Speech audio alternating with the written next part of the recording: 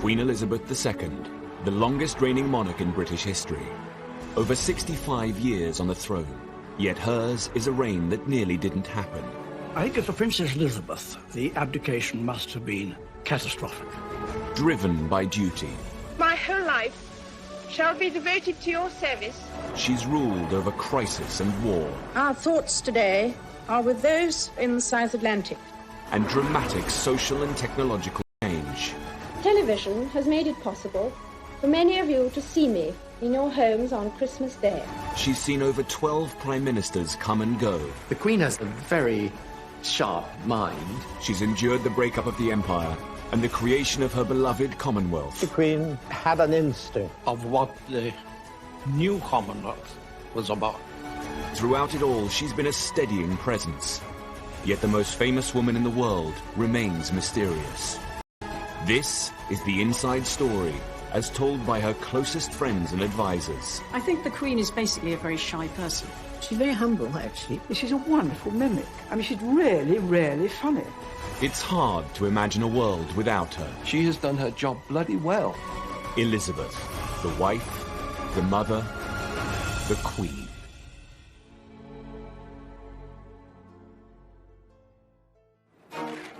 The 90s had been a very difficult decade for the Queen. She dealt with a very public backlash after the breakup of her children's marriages. It has turned out to be an annus horribilis. And following the death of Diana, public opinion was at an all-time low. The Queen was seen as out of touch, traditional and too formal. As the 21st century beckoned, the monarchy needed once again to rethink the way it related to its people.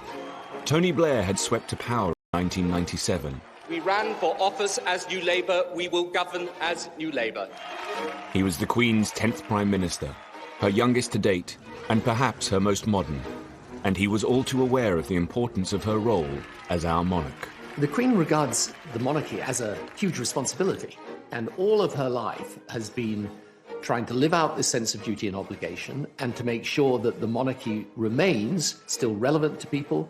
I found her ultimately knowledgeable about issues and with this ability to kind of sense where public opinion was in a way that would have put to shame many politicians. Alistair Campbell was Tony Blair's Director of Communications at the end of the 90s and has written about the Queen.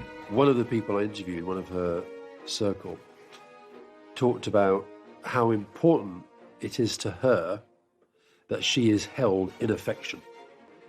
He said the opposite of affection is disaffection, and if you have a public disaffected with the monarchy, you have no monarchy. The new century was a chance for the Queen to rebuild bridges and reconnect with her public. And Tony Blair wanted to help the monarchy do just that. To celebrate the arrival of this century, New Labour built the Millennium Dome and planned a huge New Year's Eve celebration to be televised to millions of viewers. Tony Blair wanted the Queen to be guest of honour and join her people at this significant time. It was obviously a very big moment in history. Yeah, and it was important that she was out there on that evening, I think.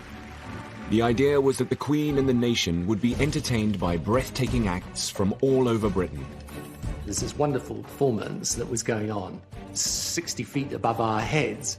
I had this terrible vision of these people somehow falling from the top of the dome and crushing the royal family, and thinking that this is not a great headline for the world. The Millennium celebrations included a spectacular fireworks display. But inside the dome, Blair's plan was turning into a night the Queen would rather forget. News editor Stuart Purvis was a guest at the dome. You have to remember that the Millennium Night celebration at Greenwich was not a royal production. It was almost a political production, really. And it showed. It was really a bad event. I suspect the Queen thought, this isn't one of my shows, if you like. And she was really not comfortable with the whole thing. As Big Ben struck midnight, the whole dome broke into Auld Lang Syne. This was all a bit weird. Suddenly, it was a kind of family occasion. And what do you do? Well, of course, probably Tony Blair and Cherie, like in our household, they shake out, they do all this. Well, Scottish house. grand Scottish households, they don't do that because the ladies don't want to get all their diamonds and things cluttered up with that, so you hold hands like this. So the Queen and Prince Philip were doing it their way. Tony and Sri were probably thinking, well, how do we do it? And so everyone is feeling a little bit awkward. Her discomfort was palpable to the millions who watched the celebrations on TV. I think Tony was just a little bit conscious of the fact that he's bringing in the new millennium with the Queen, and that's never been done before. So do you grab her hands and make them cross over? And said, no, I don't think it'd been rehearsed. Well, the whole razzmatazz of the thing, I don't know. It's sort of... It wasn't as you normally see her. To me, it seemed to be, watching, I thought, well, they're putting her in a rather funny situation. But she has to react, she has to cope with it. Seen kissing the Queen. He was just caught, I think, just for a minute, just giving her a kiss, which one felt at the time, here, I'm here, it's all right. He was reassuring her that she could get through that situation.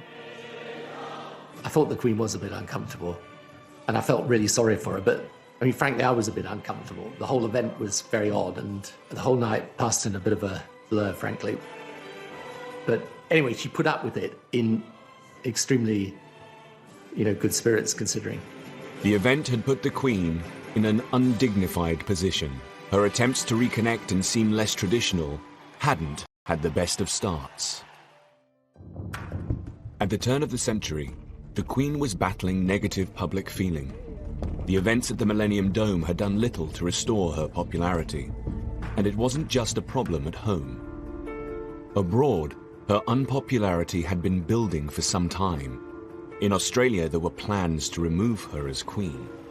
Critics speculated that if it could happen down under, then one day it could happen in the UK. In the 1990s, Australian Prime Minister Paul Keating had proposed a republic. It would be the intention that as a result of this committee's deliberations and the public discussion that would follow, the Australian people would be in a position to decide by referendum later in the decade whether Australia should become a republic by the year 2001. Though there's a lot of affection for the Queen in this country still, the country's outlook and aspirations can be represented by a non-Australian. When I met the Queen in Balmoral, she said, of course, I will always take the advice of Australian ministers and the Australian people. And I said, ma'am, we'd expect no less and ask for no more. As well as Australia, the Queen was the head of 16 different nations across the globe, from Canada to Jamaica, New Zealand to Papua New Guinea. If Australia became a republic, more countries could follow suit. But despite the high stakes, she was careful not to get involved in the public debate. There was an affection there. After all, Prince Charles had been to Geelong grammar school for a term or so. I think it would be disappointing to the Queen. But on the other hand, she had really accepted that it was the decision for the Australian people to make. In 1996, Keating was replaced as Prime Minister by John Howard, a politician with monarchist sympathies. But the referendum would still go ahead as planned. I honestly do not believe Australia would be a better... And unless there's a good reason, you don't break links with your history, but even more important than that, it works. On the 6th of November 1999, Australia went to the polls. As the Queen nervously waited for the result, it looked like her 48-year rule of Australia was about to end. Well, the Queen was intensely interested in the outcome. I knew that whatever the outcome would be, she would wish Australia well and retain an interest and affection in it.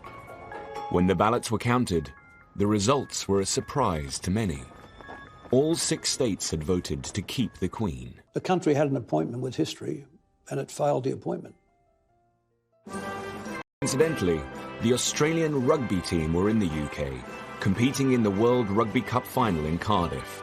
The Queen was there to present the trophy to the winner. I'm told she was very pleased, but by the person who officially conveyed the result.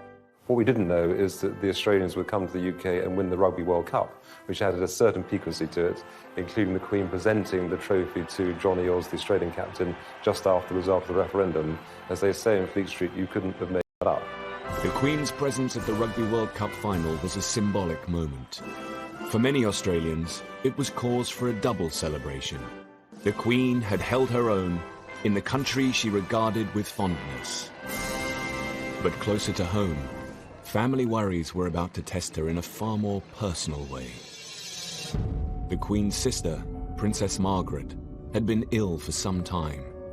In 2002, her health took a turn for the worse. Princess Margaret had always been the Queen's glamorous and mischievous sister, and they were devoted to each other.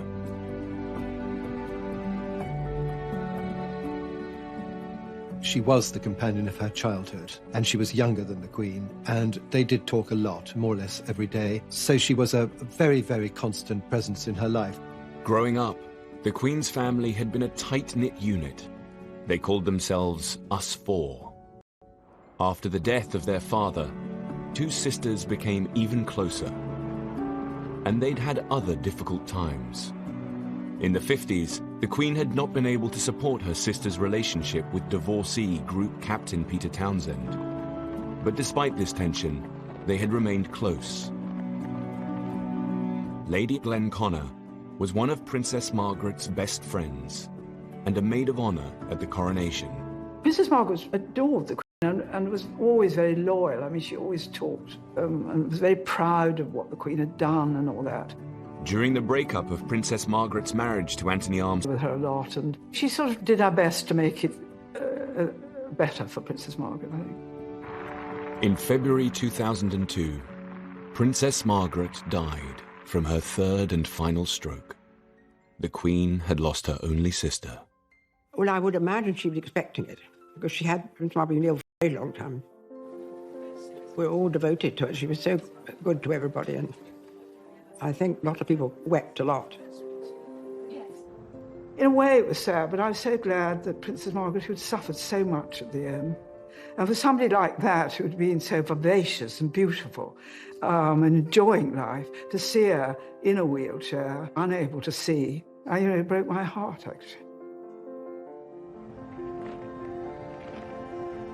Princess Margaret's funeral was a relatively low-key affair for a member of the royal family. For the Queen, it was a doubly sad occasion. Princess Margaret's funeral fell on a very painful anniversary. 50 years ago to the day, they had buried her father in the same chapel at Windsor. When Princess Margaret died, and the Queen Mother was still at Sandringham, where she would have probably stayed, but she insisted on coming down to Windsor and taking part in the funeral. A fragile Queen Mother didn't want to be seen by the press.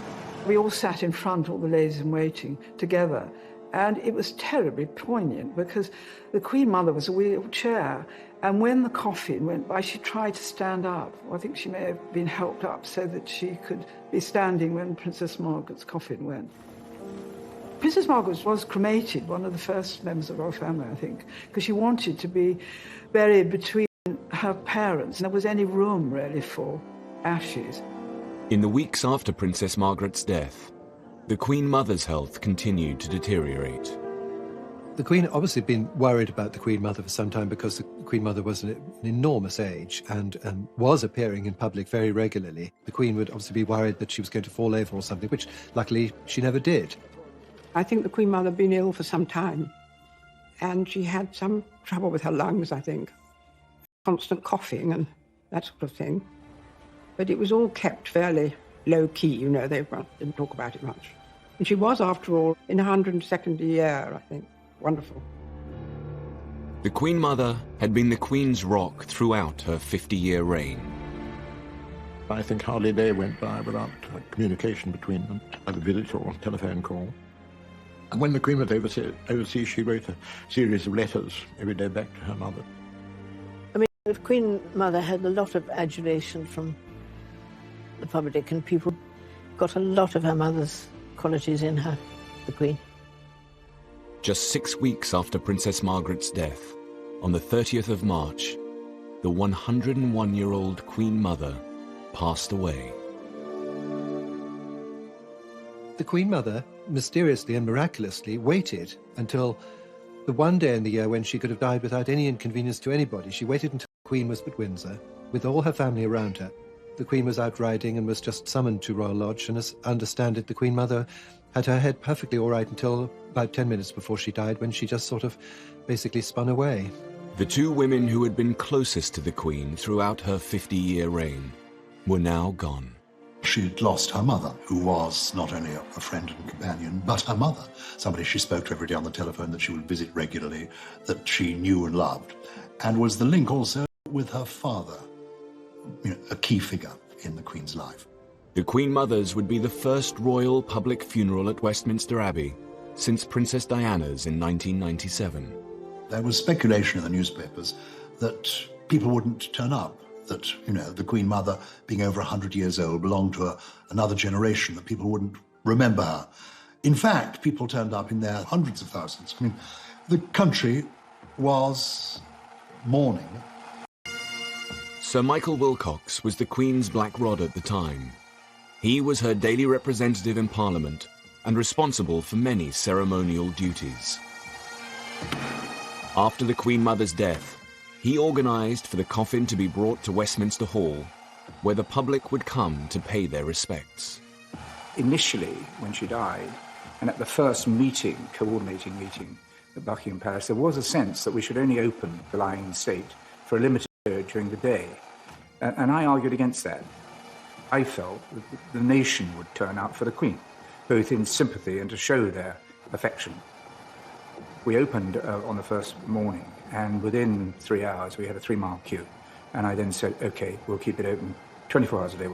It was overwhelming, and the queue went right the way out down the other side of the Thames. There were all kinds of people. There were young children, young mothers, young families, and the older generation. So you name it, and they're in that queue. Over 1 million people came to mourn the Queen Mother. It is the fairy tale Queen Mother, the mother of our sovereign. For much older people, she was the Queen during the Second World War.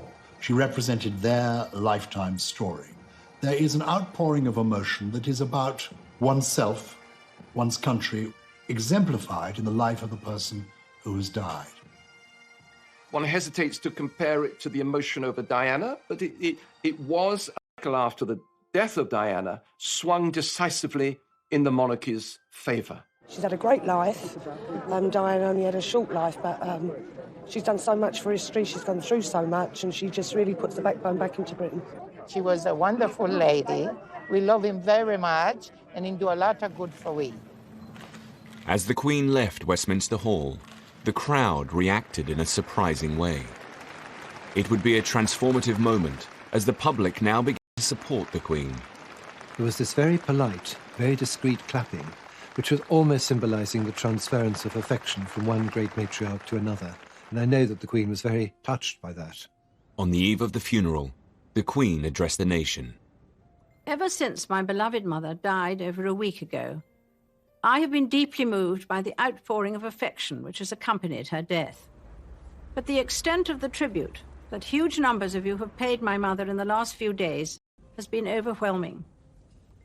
I thank you for the support you are giving me and my family as we come to terms with her death and the void she has left in our midst. Well, it must have changed her life enormously to lose her mother and her sister within a few months of each other like that. It must have been very traumatic for her, very sad. I think she missed them a lot. I mean, suddenly she lost her two best friends, really.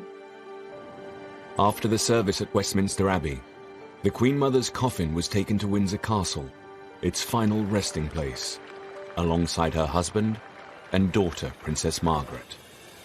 I think with the death of the Queen Mother, there was a subtle change in the role of the Queen. Now, the Queen was the oldest member of the family. She was the matriarch.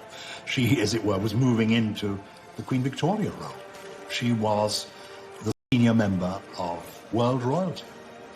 And some people say that that almost freed her, that she seemed to relax a bit. Well, Martin Charteris, who I think was her best private secretary, always used to say, wait and see what happens when the Queen Mother dies. Because I think with any parent, somehow they're always looking over your shoulder. And suddenly, she did blossom. There's no question about it. These deaths would herald a new era in the Queen's reign.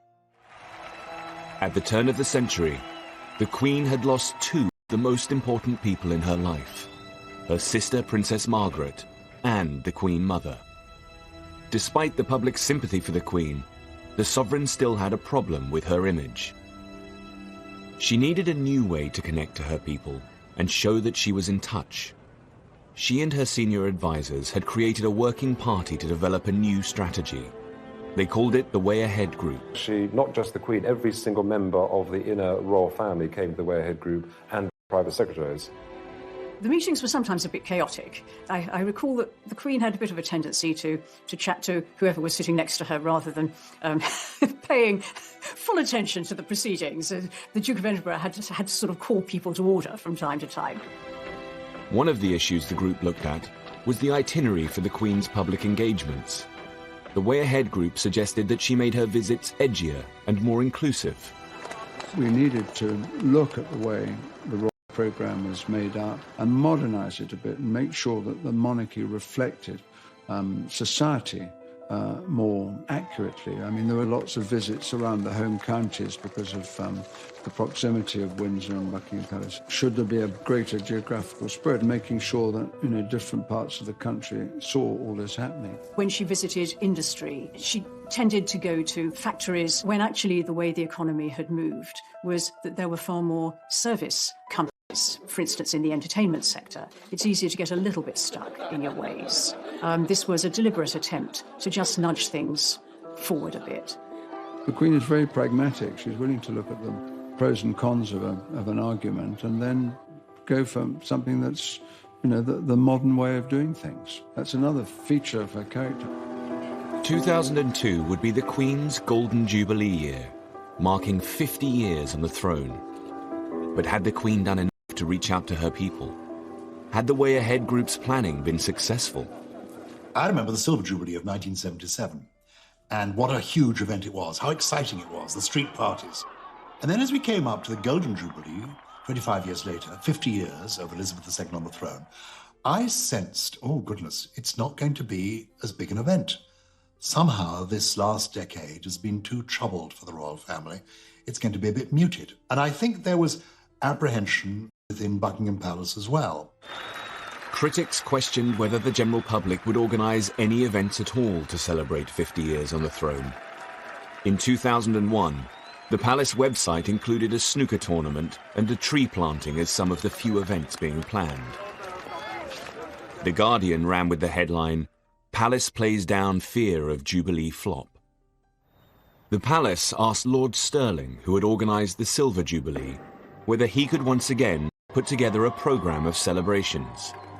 But even he had his reservations. I said that I need about 48 hours to find out as to whether or not there will be the appetite, because so much had happened, as whether people even wanted to celebrate. Lord Stirling called his friends in big business. Get support of about close to £3 million. He now needed to get the public on side. I remember asking Murdoch and crowd how they would feel about supporting it, and Rupert in particular is hugely supportive of the Queen, etc. Rupert Murdoch's newspapers began to get behind the Golden Jubilee. The Sun tried to encourage its readers with the headline, "Have a bash for Her Madge." It would not have been sensible to have spent a lot of time saying, this is going to be the greatest event in British history. I think one of the great insights was, don't set expectations too high, and that would have come from the Queen herself, who doesn't like a fuss. The Queen's Golden Jubilee celebrations kicked off with a nationwide tour. But would the public turn out to greet her? Some were fearful that the Queen might turn up and there wouldn't be a particularly warm welcome. Or would there be a welcome at all beyond the mayor turning up and the civic dignitaries? In fact, it was a huge success.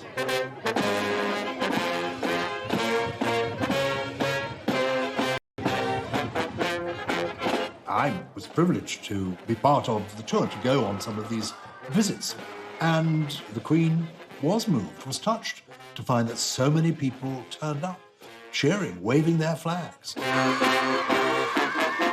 And from people being apprehensive about it, it turned into a huge triumph.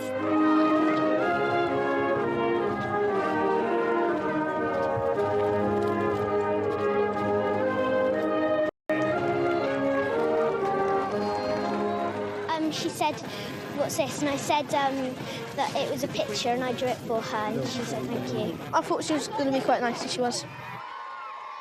The Golden Jubilee was a great opportunity to put further into practice some of the initiatives that had been trialled in the previous years. So I think that was a really good year. And people were genuinely surprised that the Queen was out and about in the way that she was, visiting inner cities, disadvantaged people, showing Britain for better and also the areas that needed to have light shone on it.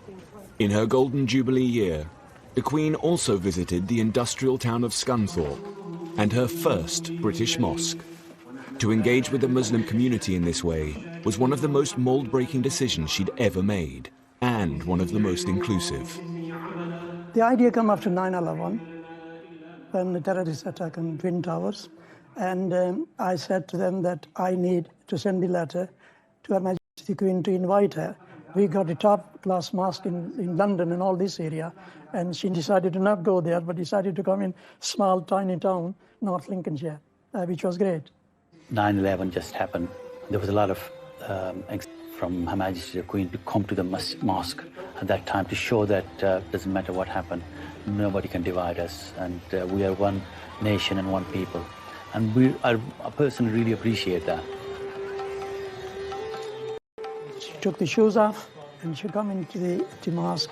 We were all lined up, everybody, to meet her. We were all anxious and not really prepared, but when we met Her Majesty, it was like meeting someone that we knew from our childhood. She was such a nice, down-to-earth person. Queen takes a huge interest in people when she meets them. I mean, she doesn't just shake hands and turn away. She really wants to talk to them and to know what they're doing and what their interests are. She was very interested in the history of Islam, especially the Mecca, because we had all the pictures here, you see, and she was asking about that. And I was lucky enough to give her a Quran myself, which she accepted, and I think it's still somewhere kept in a safe place, maybe in Buckingham Palace, I don't know. And she might read it. She is Queen for all of us, and it is fantastic that we made the history. Rest of our life and other people's life, it will stay with us. You know, what she did was really, she won the heart of millions of Muslims. At the start of the century, the Queen had been unpopular and out of touch. In her Golden Jubilee year, she showed that she was prepared to evolve as she met different kinds of people and went to new places. Change has become a constant. Managing it has become an expanding discipline. The way we embrace it defines our future. Her Jubilee Parade in June 2002 was the ultimate example of this relaunch. This was a new, more inclusive kind of monarchy. 20,000 people marched down the Mall, including firemen, circus performers, Bollywood dancers, and even Hell's Angels.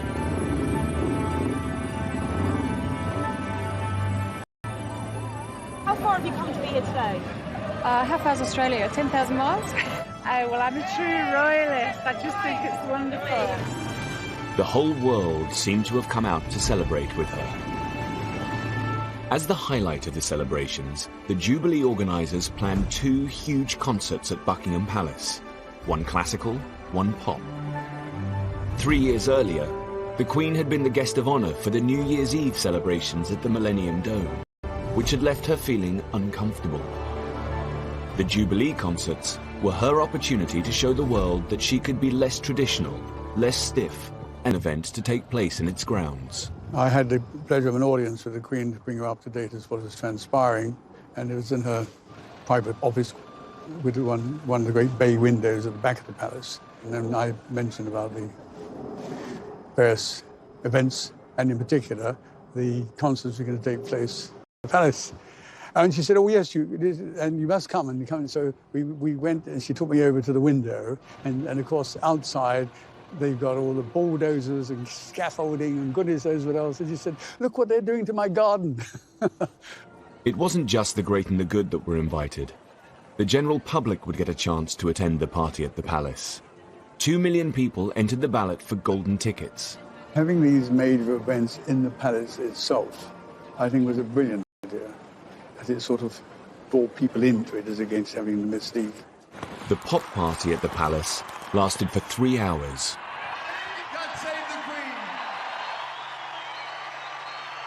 The concert's iconic moment would be Brian May from Queen on the top of Buckingham Palace.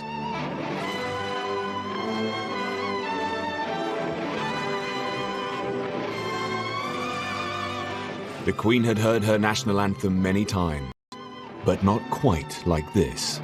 I think, British people are always up for a party, and I think perhaps most importantly, that actually, given the opportunity to say thank you to their sovereign, the British people will take that opportunity and they will say thank you, and that's what I think is symbolised in those events. The Queen didn't expect much of the Golden Jubilee, but perhaps with the Golden Jubilee we see the beginning of a more self-confident monarch emerging. It's her millennium, it's her turning of the clock and moving into a new, very relaxed, very happy age. The Golden Jubilee had put the Queen back on top, but there was still a problem that she needed to resolve. At the classical concert, a few rows back from Prince Charles, was his longtime mistress, Camilla Parker Bowles. This was her first public appearance in the presence of the Queen. For the Queen to truly put the difficulties of the past decade behind her, Camilla's status in the royal family needed to be dealt with once and for all. By 2005, it became clear that Prince Charles's relationship with divorcee Camilla Parker Bowles needed to be sorted out. Camilla's presence tarnished the Queen's public image. Divorce from the early years has been the bugbear of the Queen's reign, from the abdication through Margaret and then up to Charles and Diana. It manifested itself still as an issue when it came to the remarriage of these two divorced persons, Charles and Camilla. But there was this extra for the breakup of the marriage and the tragedy of Diana. By the time of the Jubilee, Camilla was living with the Prince at Highgrove.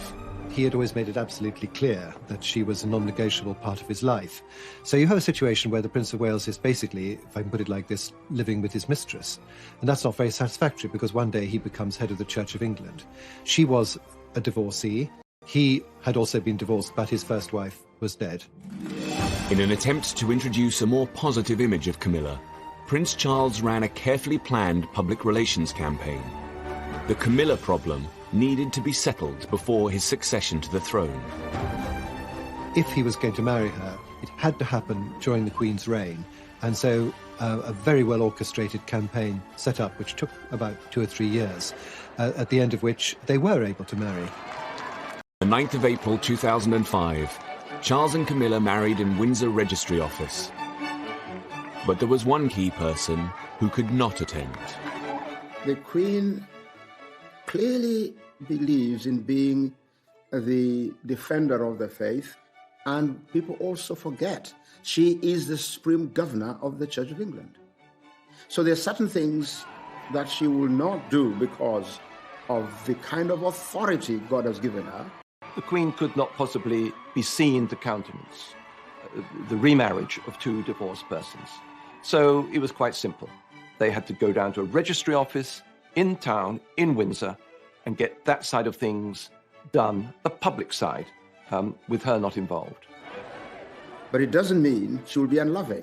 So she would really recuse herself from those areas which, in fact, she says to herself, I am the supreme governor, but Charles, my son, a service where God's blessing and forgiveness is being asked for, I'll be there. The Queen did attend the blessing and hosted their reception at Windsor Castle. Sir Nicholas Soames was one of the wedding guests. It was a wonderful day, a huge gathering in St George's Hall. And the Queen was very, very much on parade. And she made the most charming speech. It was a special day for the Queen in more than one ways, in that it was the day of the Grand National. Brass tapped. Voice says, the Queen has an announcement to make, an important announcement. And the Queen stands there and says, yes, exciting news, everyone. Hedgehunter has won the Grand National. She used it as a metaphor and talked about Charles and Camilla and said how they'd survived Beecher's Brook, how they'd survived the chair and all the other obstacles. She said, welcome to the winner's enclosure. And to liken the struggle that they'd been through to the Grand National from the Queen really was the sign of approval. She was absolutely charming, and there was a great roar of approval. I mean, a great roar after she'd done it. It was a great day. No, I absolutely, gosh, I mean, what a time it has been. The marriage seemed to draw a line under the Queen's troubles. In 2006, as she approached 80, the monarch moved into a new phase. I do think the press in particular didn't see the royal family institution, the monarchy, as being a source of stories in the way that they had previously, and that made a difference. I think the country were getting used to a new generation of the royal family, and I think the fact the young princes were emerging made a huge difference. I think people began to see the Queen also not just as a mother, but as a grandmother. As the decade ended, her grandchildren began to take a more visible role in royal life. They obviously love her, and I'm sure she loves them too. And I'm sure they go to her for advice, because they couldn't have a better person to ask. I think if you asked Prince William and Prince Harry if they'd learned anything from the Queen and the Duke of Edinburgh, they would say a great deal. I know that's the case because I've heard them talk about their grandparents in terms of respect, affection, but also seeing how they do things. And if you like the style of Prince William and Prince Harry, it's because they've learned a lot from past masters at the game. As the Queen headed towards the end of the decade, she had a new confidence. I think the Queen is basically a very shy person. I've seen her stepping out of the royal train and having to gear herself up to face the crowds many times. When that challenge is overlaid with public criticism, as there was, for instance, at the time of Princess Diana's death, I think it's very hard to bear. So if instead what you're reading in the newspapers and seeing on television is broadly supportive and warm towards you, you relax in turn. And that is what's happened to some degree for the Queen. Finally, she came into her own and became in many ways a different woman, clearly at ease with herself, but she is clearly totally at ease enjoying her job, and the country is enjoying her doing it and wants her to go on doing it as long as jolly well possible. She had seen personal loss with the deaths of her mother and sister. She had seen her son and heir, Prince Charles, remarry, and she had proved her relevance to the British people. At the end of the decade, her popularity had never been so high. The world now saw a more self-assured monarch, the nation's grand. Recognize that you have to be more out there with the people in today's world, but you never forget with her that she's the Queen. And that ability to retain the aura at the same time as move with the new age, that's really what marks her out, I think. In 2012, the Queen celebrated her Diamond Jubilee, marking 60 years on the throne. She became only the second monarch in British history to reach this landmark. The first had been her great-great-grandmother, Queen Victoria. Queen Elizabeth II's reign had encountered many highs and lows in its 6 decades, but she had come through them all. Inevitably, a long life can pass by many milestones. My own is no exception. As the Queen moved into her 90s, the decade would test her strength, wisdom, and moral leadership. But in 2012, the UK prepared to celebrate the Queen's Jubilee and thank her for her years of service. By the time of the Diamond Jubilee, the Queen had had a bit of practice at Jubilees. They didn't worry her so much anymore. She had entered this more serene, less controversial aspect of her reign.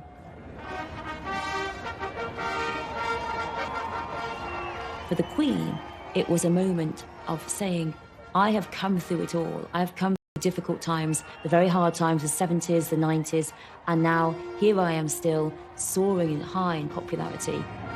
To mark her Diamond Jubilee, Britain would hold year-long celebrations. The highlight was a River Thames pageant, harking back to the golden era of Elizabeth I. I wanted to do something wonderful on the Thames and proposed the idea for a pageant, and a pageant of the size and scale which hadn't been seen on the river for over 200, 300 years. The vision was to bring the Thames to life, magnificently with boats and music and bells and whistles. The Queen would survey a flotilla of passing boats. Over 1 million people lined the river to catch a glimpse of the Queen and her Thames pageant. Every single one of them wanted to express their pride in their nation and their patriotism to the Queen. I think that's what motivated everyone. A wonderful day. Everywhere you looked up to the high-rises, on the bridge parapets, on the riverside. Everywhere there were people shouting and cheering and waving flags. It was just the most extraordinary sight. It was wonderful.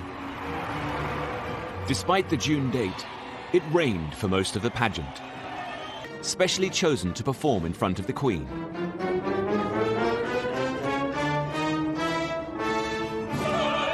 One of the singers was Monica McGee. We sing Land of Hope and Glory, and then we're greeted by the royal family.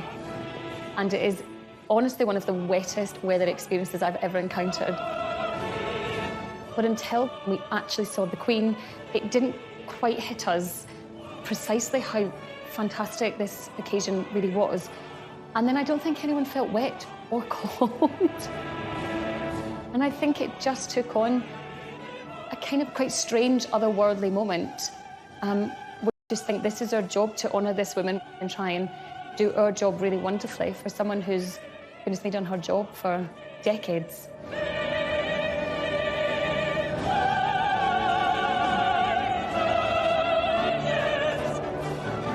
And I'll always remember the image of the singers with mascara running in the rain. I never imagined it like that in the 3 years of planning, that's the way it would turn out. But it was wonderful in the way it was completed.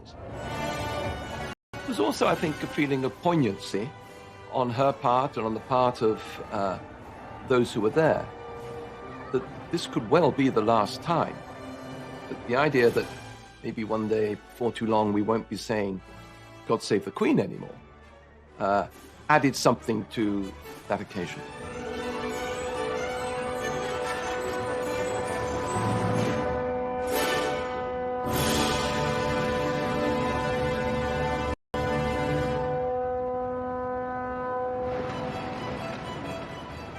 As one of the world's longest-serving sovereigns, the Queen has a unique wealth of experience to draw on.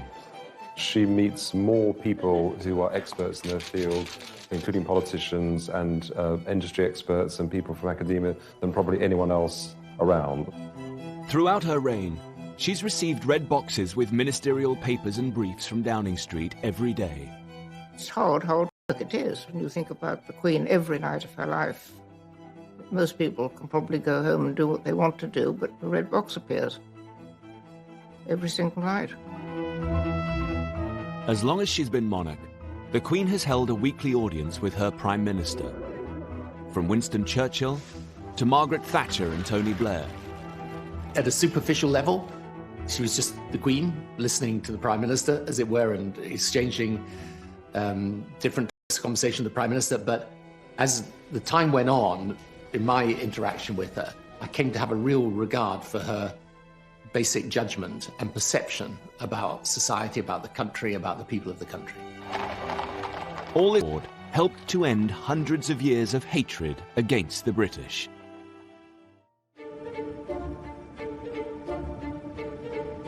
The Queen is the world's most travelled monarch. She has officially visited over 120 countries. But in 2011, she went to a new place, just 100 miles across the sea, the Republic of Ireland. She was always really interested in the peace process, very committed to it.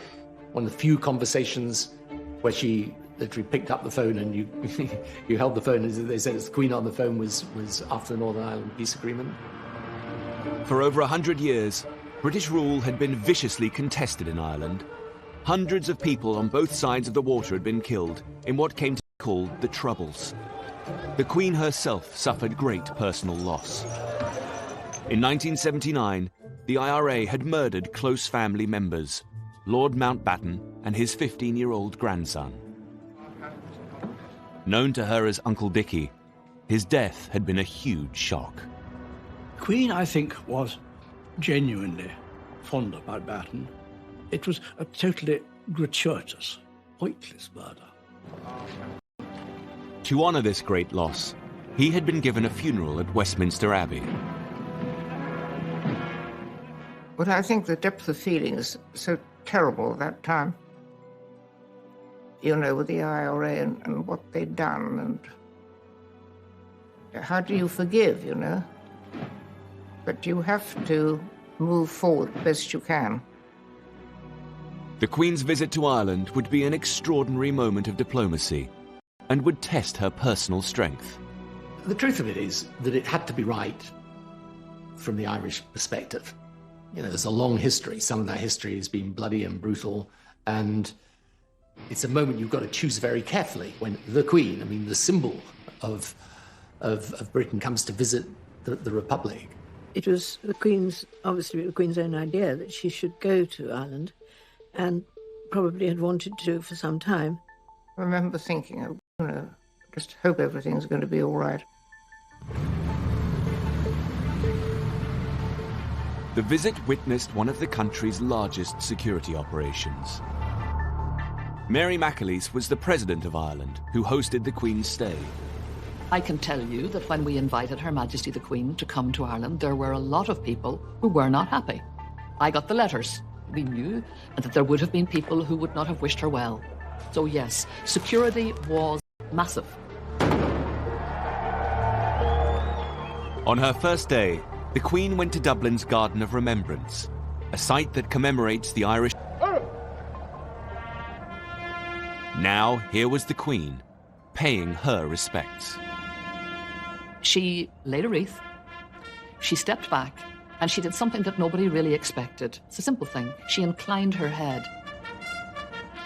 In that gesture, you could almost hear the softening of the arteries of resentment, the softening of the anger, the winning over of people.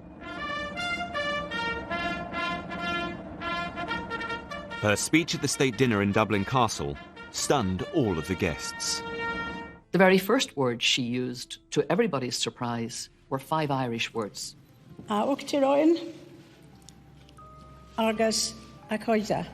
President and friends.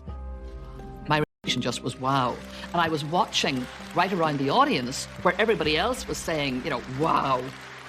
The saying of that in the Irish language went deep into the hearts of people because for generations, the British establishment had tried to obliterate this ancient language and had come very close to doing so. The speech continued in a very personal tone. Through the history, our islands have experienced more than their fair share of heartache, turbulence and loss. These events have touched us all, many of us personally, and are a painful legacy. We knew that she was talking obviously about Lord Mountbatten. We could feel this was a human being whose hurt and pain was real, happened in our time, happened as a result of our historic enmity. The entire trip took some very bold and risky decisions. On the second day, the Queen visited Croke Park, the spiritual home of Gaelic sports. But it was more than a sporting venue. In 1920, this was the site of the first Bloody Sunday.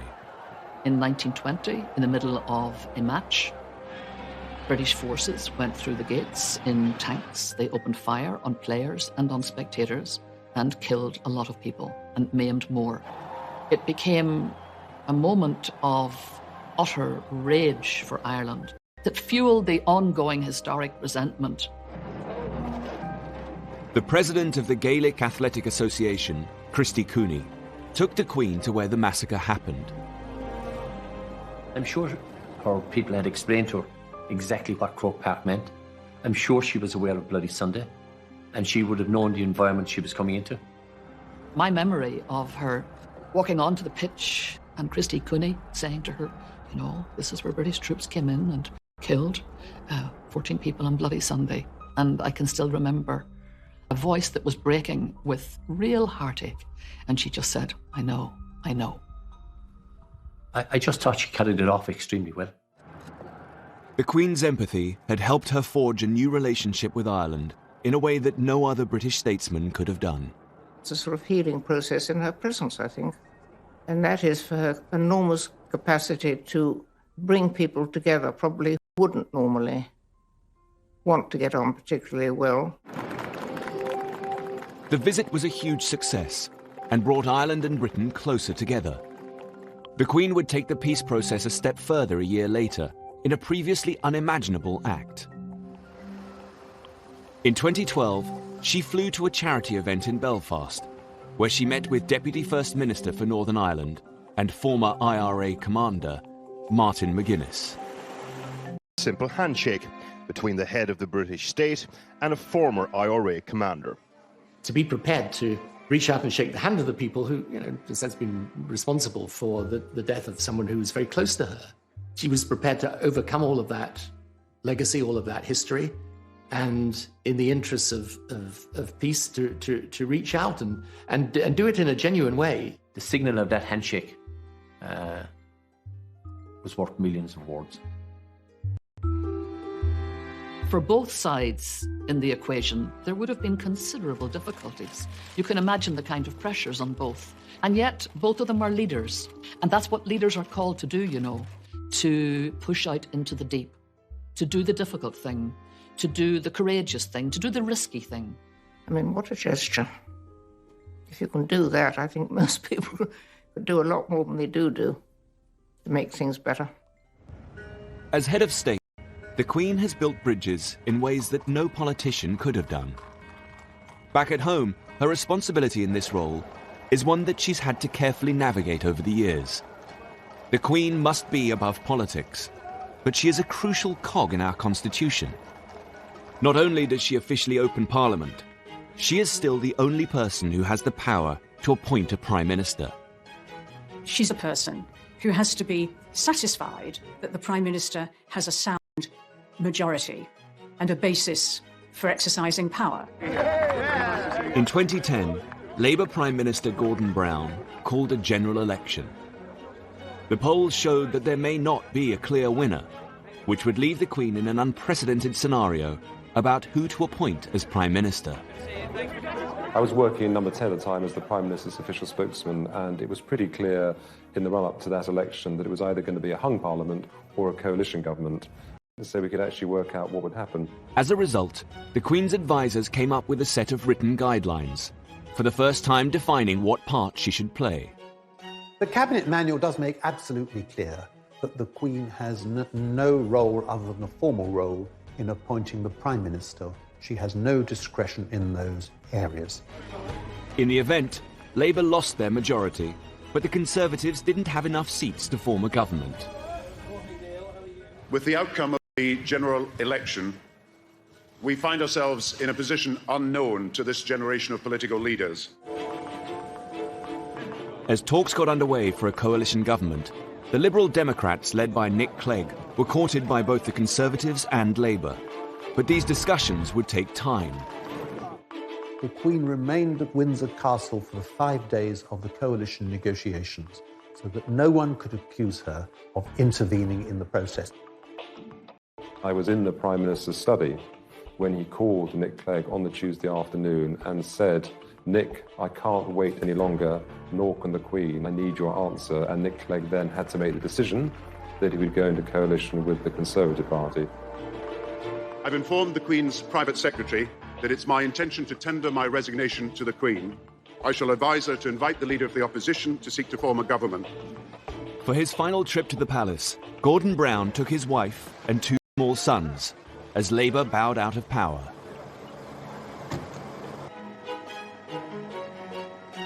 The Queen's private secretary could now call David Cameron to the palace. He would become her 12th Prime Minister, and her youngest to date. She has understood the role of the Crown in the British Constitution so that our political system can work, and she makes it work by not interfering. The Queen has been driven throughout her long reign by commitment to public duties.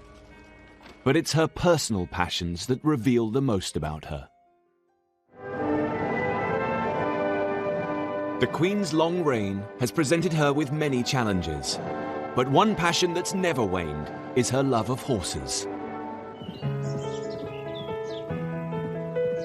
The Queen is not only very keen on horses, but is also one of the great horse experts we've got in this country. And I'm sure for Her Majesty the Queen, who has been involved with horses for all her life, she finds them a great way to relax and to reflect. Oh, I think the Queen is happy because though she's driven by duty, sustained by faith, she has her passion in life, her dogs and her horses, and they do keep her happy. As the Duke of Edinburgh has said, if it doesn't fire to eat hay, she isn't interested. Ian Balding was one of the Queen's horse trainers for nearly 40 years. There is a special relationship between the Queen and her trainers. You'll ring Buckingham Palace and I'll say, it's Mr. Ian Balding speaking, could I speak to Her Majesty, please? Yes, one moment, sir. And 5 seconds later, you're through to the Queen, you know, which is pretty remarkable. I've been with Her Majesty on race days, and if you happen to have a winner when she's there, that is the ultra moment. Bear in mind, she has bred all these horses herself, so she knows their mothers and their grandmothers and their great-grandmothers. And I remember a lovely horse we had for her, a colt called Magna Carta, who won at Royal Ascot. He won the Ascot Stakes. The Queen learnt to ride as a young child and has continued into her 90s. I'd read in the papers that the Queen had stopped riding. And I knew that she loved riding every day, and I thought, oh, how sad. And I wrote to her saying, ma'am, I'm so sorry to hear you've given up riding. Anyway, I had a letter back in the post the next day, literally saying, that's absolute rubbish. I haven't stopped riding at all. The Queen's personal life is closely guarded, particularly in one of her favourite places, Scotland. She is descended from the Kings of Scotland and spends every summer at her home in Balmoral. It is a magical place because it's so timeless. And the dogs are there, the children can be there, friends are there, and there you are, the castle's their home. Well, Balmoral is a very relaxed place, and I think the Queen feels relaxed when she's there. We were picnicking on the shores of Loch Mick, which is about 8 miles from the castle, and a party of youngsters appeared, and they all had a sort of sideways look as they passed. And then one of the young ladies came back, plainly a Londoner, and looking at the Queen, she said, "They tell me you're the Queen." And she said, "Well, I am." "What are you doing here then?" She said, "I live here." She loves being a Scottish country lady, but this is always in the context of Scotland as part of the British family. In 2014, there was a real danger that Scotland was going to leave the Queen's beloved British family when Prime Minister David Cameron agreed to call a referendum on Scottish independence. The ballot was to be held in September. She's in Balmoral in a referendum campaign. In early 2014, the campaign to leave had been trailing in the polls. But by the time the Queen came to Balmoral for her summer break, the Scottish nationalists had narrowed the lead. In the last couple of weeks, the Yes campaign and the No campaign were effectively neck and neck. There is a real sense of emergency taking hold in London, and a sense too that the Queen actually could be the ace for the UK campaign, that she's the person that's actually going to have to intervene to make absolutely certain that they were going to win the no vote. Despite all of her instincts to stay out of the race, despite all of her instincts that it's not constitutionally proper, there is an immense amount of pressure being brought to bear on her. Just 4 days before the referendum, the Queen made an unprecedented comment. Veteran reporter Jim Lawson was as usual covering her Balmoral stay. We were in a normal place, corralled outside the church grounds. After about half an hour, the policeman came down and said, "Would you like to come up to the church?" That was unheard of, you know. We actually wondered what was going on. And I thought, I wonder if she's going to approach the crowd. As she did, one of the bystanders mentioned the referendum. The Queen said, "Well, I hope people will think very carefully about the future." The bystander was happy to tell Jim the Queen's comment, but curiously wouldn't give him their details. If the Queen talks to someone, they're always delighted to tell you, but not this time. Some wondered whether the bystander had been planted in the crowd. Others thought it was just a chance comment. Either way, the newspapers needed to corroborate the story with Buckingham Palace. The palace didn't confirm it, but more importantly, they didn't deny it. We knew we were onto some story there.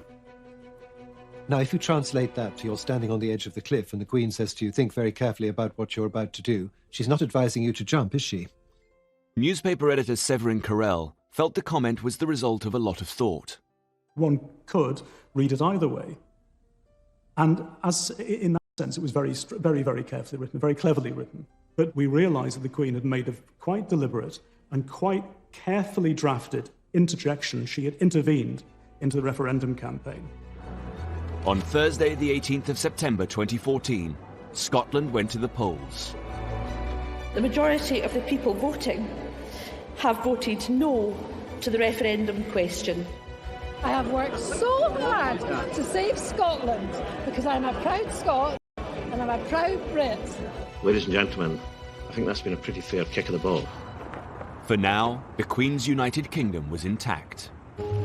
But this wouldn't be the last time that her position would be used in politicians' arguments. In 2016, the question was to leave or remain in the European Union. On Monday, I will commence the process set out under our Referendum Act, and I will go to Parliament and propose that the British people decide our future in Europe. In the charged atmosphere of the EU debate, it was perhaps inevitable that someone would try to involve the Queen in their argument. Thomas Newton Dunn is political editor of The Sun. He was tipped off about a conversation between the Queen and European Union supporter Nick Clegg. Well, I was told a most fascinating story by an impeccable source of an extraordinary row during a lunch she held in Windsor Castle. And so this is going back 2011, 2012 now. They ended up discussing Europe.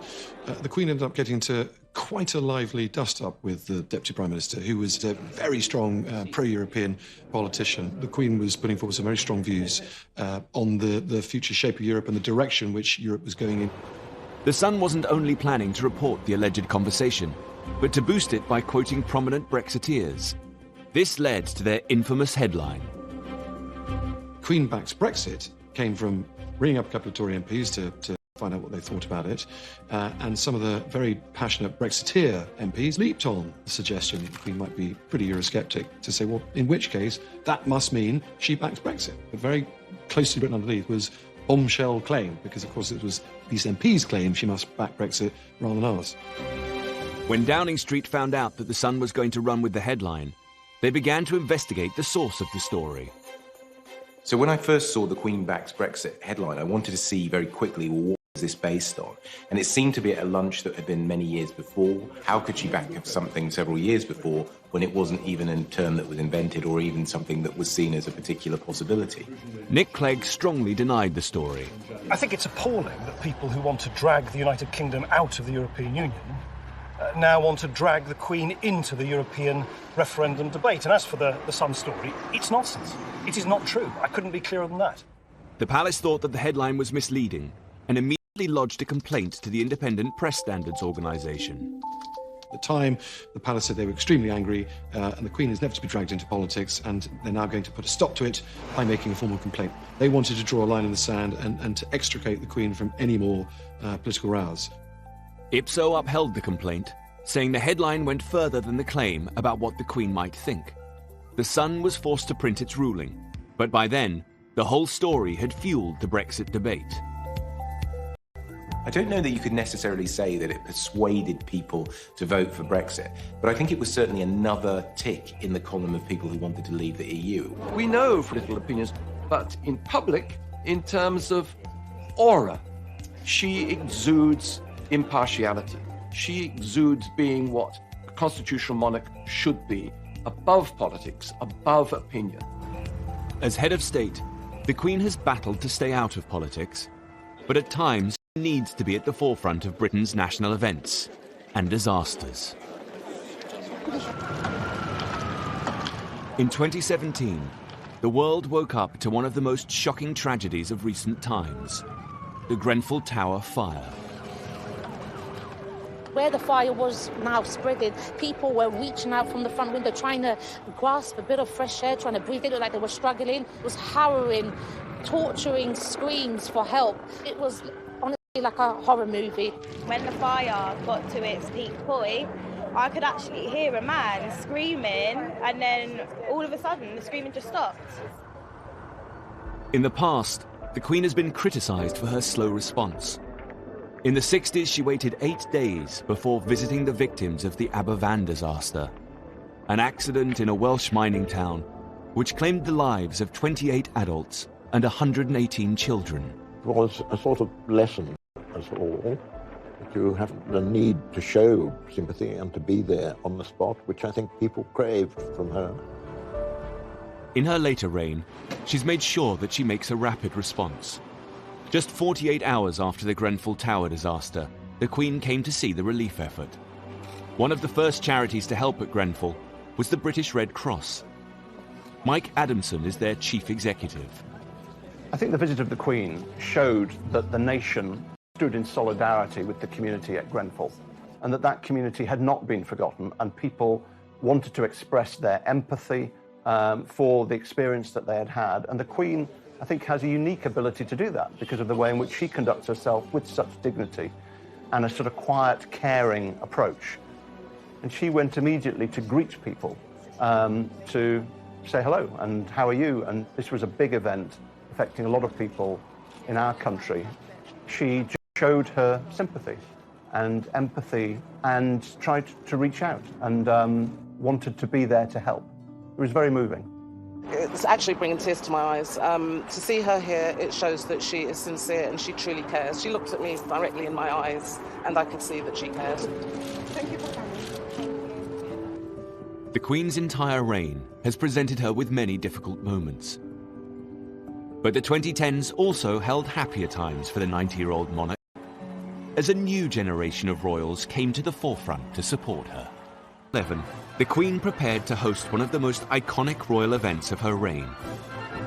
Her grandson and second in line to the throne, Prince William, married his university sweetheart, Catherine Middleton.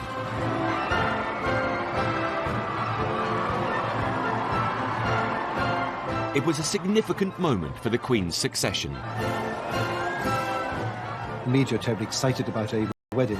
The transparent happiness of the young couple just permeated right through the occasion, and that must have absolutely delighted the Queen.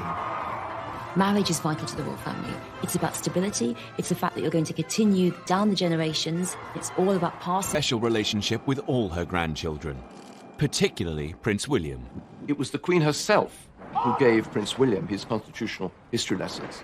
And when he becomes king, it is in her constitutional style that he proposes to reign. I think the Queen and her grandchildren are all very close, and she takes great interest in them.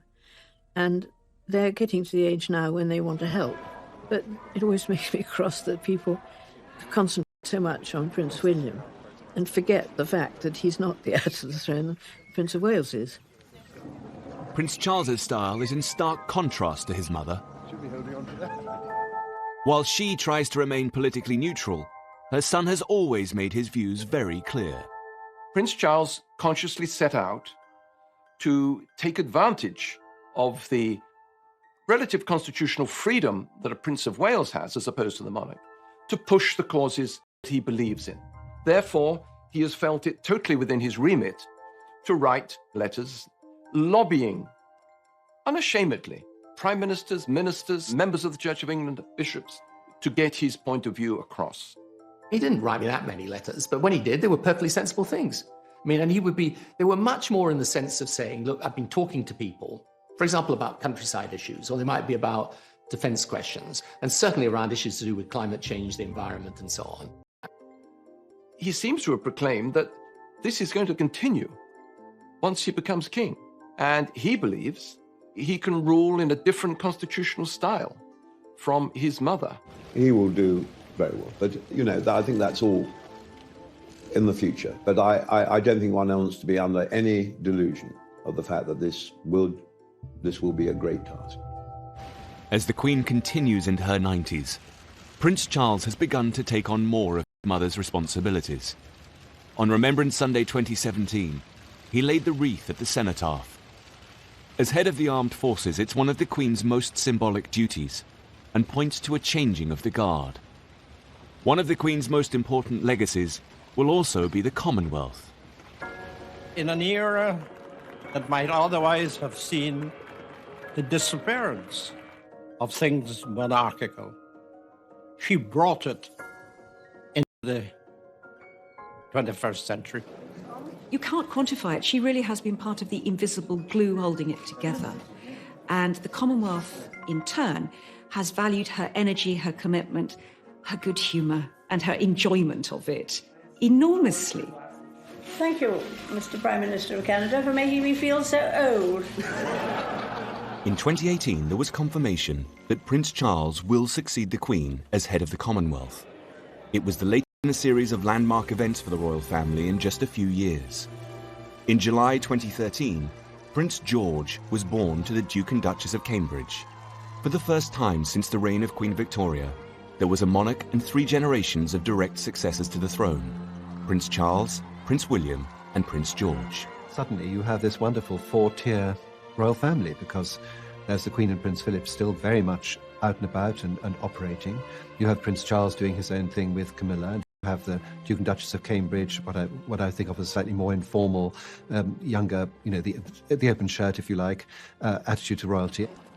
However, just a few years later, Prince Philip decided he could no longer be out and about and announced his retirement from public duty. In 2017, then 96 years old, he took the salute at Buckingham Palace as Captain General of the Royal Marines, his final solo public engagement after 65 years of service. Over the course of a life that has spanned more than 9 decades, the Queen's history has been our history. She has been the only monarch that most of us have ever known. She has breathed new life into the monarchy. Can you imagine the Georges deciding that they had to open up Buckingham Palace? Can you imagine Victoria doing walkabouts? Historians of the future will look at periods in the history of the monarchy. She has been the very essence of what a constitutional monarch should be, a lesson, not just to Britain, but to the world as a whole. That here in the 21st century, a monarchy can work. We don't think of inherited privilege when we think of Elizabeth II. We think of a woman who's done her job bloody well. Britain's longest-serving monarch has seen a time of unprecedented change. She's transformed from shy Lilibet to head of the nation and a world leader. She's also had a very interesting time. I mean, she's met, over the years, everybody, from Mandela to all the American presidents, I think that she has enjoyed being Queen. We've lived through the most extraordinary times of enormous change, but we've had this thread of total stability with the Queen and Prince Philip. They're the rocks in a very stormy sea. Anybody who's had the privilege of meeting the Queen will know that it's one of those life-defining moments. She's absolutely lovely. There's a wonderful blue twinkle to her. She's got a very dry sense of humour. I can't think of anybody who I know who's met her and who has not been completely blown away by the experience. She is the sovereign, and has been for a very long time.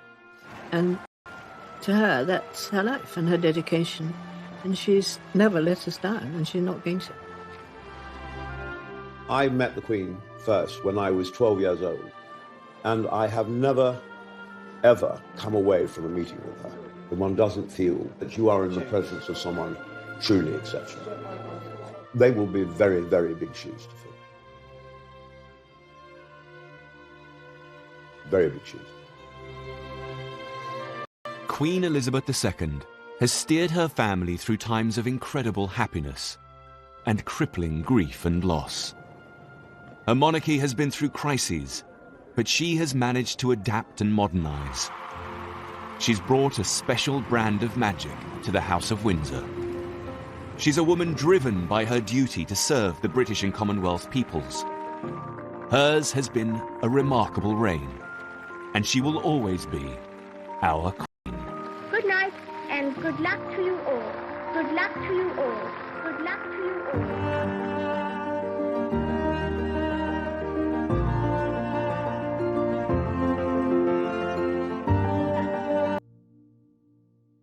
Australian ministers and the Australian people. And I said, ma'am, we'd expect no less and ask for no more. As well as Australia, the Queen was the head of 16 different nations across the globe, from Canada to Jamaica, New Zealand to Papua New Guinea. If Australia became a republic, more countries could follow suit. But despite the high stakes, she was careful not to get involved in the public debate. There was an affection there. After all, Prince Charles had been to Geelong Grammar School for a term or so. I think it would be disappointing to the Queen.